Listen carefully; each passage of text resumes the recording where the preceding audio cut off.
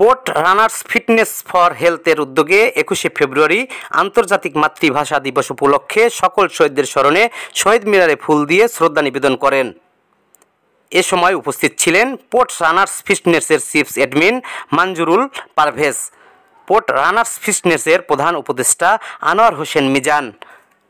আরও উপস্থিত ছিলেন এমদাদুল হক, দিদারুল হায়দার, আক্তার সৈয়দ, মোবারক আলী, গোলাপ খান, আব্দুল হালিম, হান্নান রানা, আবু সাইদ, আলী মাসুদ, আবু সাইদ, জীবন, জিন্নান, রিপন উদ্দিন, আবদুল্লাহ আল জুবায়ের, ইমরানুল হক, শেখ নুরুন্নবী সোহেল, হাসান মোস্তফা সহ আরও অনেকে।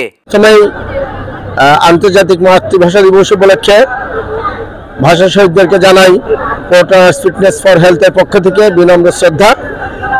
বন্ধুরা, port runners fitness for health একটা ব্র্যান্ডে পরিণত হয়েছে।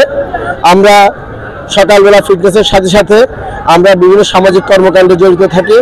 আমাদের অলরেডি 9 জন আল্ট্রা ম্যারাথনবিদ কক্সবাজারে আছেন, তারা রান করছেন। তাদের প্রতি আজকের এই শহীদ দিবসে আমরা তাদের প্রতিও জানাচ্ছি আমাদের আন্তরিক অভিনন্দন। তারা যাতে সুষ্ঠুভাবে আমাদের রান শেষ করে আমাদের মাঝে এসে পৌঁছতে পারে। আমাদের মাঝে উপস্থিত আছেন আমাদের ক্লাবের দক্ষ সংগঠক এবং সকল সদস্যবৃন্দ। প্রত্যেকটা সদস্য আর একটা বুলেট।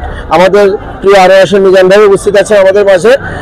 আমরা এই ক্লাবের উত্তর সমৃদ্ধি কামনা করছি এবং অত্র এলাকায় মানুষের স্বাস্থ্য সচেতনতার জন্য সকলকে অনুরোধ করব অন্ততপক্ষে 1 ঘন্টা নিজের জন্য 1 ঘন্টা এই স্লোগানকে সামনে রেখে আপনারা আমাদের সাথে যোগ দিবেন। আমরা সকালবেলা বন্দর সুইমিং পুল কমপ্লেক্স থেকে আমাদের প্রতিদিনের অ্যাক্টিভিটি শুরু করি।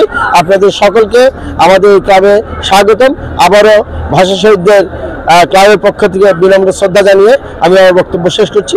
আজকে পোর্ট রানার্স ফিটনেস ফর হেলথের পক্ষ থেকে আন্তর্জাতিক মাতৃভাষা দিবস উপলক্ষে আমরা বন্দর কলেজ মাঠের শহীদ মিনারে পুষ্পস্তবক অর্পণ করার জন্য এসেছি।